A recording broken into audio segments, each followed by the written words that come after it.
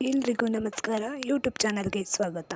Friends, ಇವತ್ತಿನ recipe ತರಕಾರಿ ಉಪ್ಪಿಟ್ಟು ಯಾವ ರೀತಿ ಮಾಡೋದು ಅನ್ನೋದನ್ನು ನೋಡೋಣ ಬನ್ನಿ.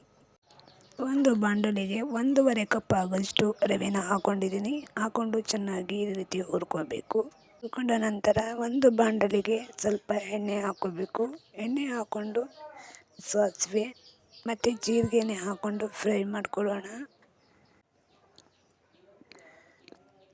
ಹಾಗೆ ಕಡಲೆಬೇಳೆ, ಕಡಲೆ ಬೀಜ ಹಾಕೊಂಡು ಫ್ರೈ ಮಾಡ್ಕೊಳ್ಳೋಣ.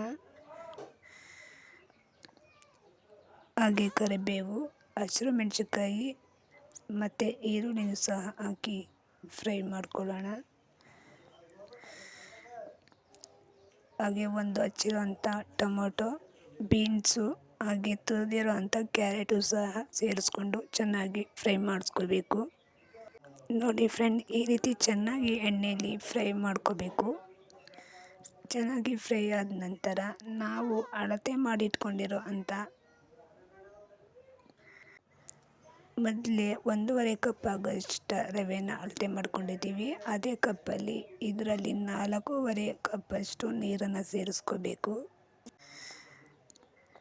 4.5 ಕಪ್ನ ನೀರನ್ನು ಸೇರಿಸ್ಕೊಂಡು ರುಚಿಗೆ ತಕ್ಕಷ್ಟು ಉಪ್ಪು ಮತ್ತು ಹಾಗೆ ಕೊತ್ತಂಬರಿ ಸಹ ಸೇರಿಸ್ಕೋಬೇಕು.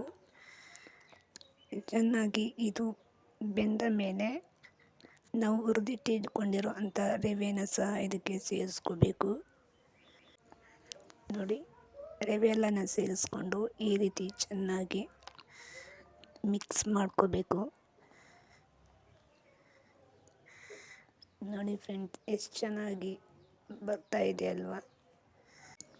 ತರಕಾರಿ ಉಪ್ಪಿಟ್ಟು ಅಂದರೆ ಯಾರಿಗೆ ಇಷ್ಟ ಆಗಲ್ಲ, ತುಂಬ ಜನಕ್ಕೆ ಇಷ್ಟ ಆಗುತ್ತೆ. ನಿಮ್ಮನೆ ಒಂದ್ಸರಿ ಟ್ರೈ ಮಾಡಿ ನೋಡಿ, ತುಂಬಾ ರುಚಿಯಾಗಿರುತ್ತೆ ಫ್ರೆಂಡ್ಸ್.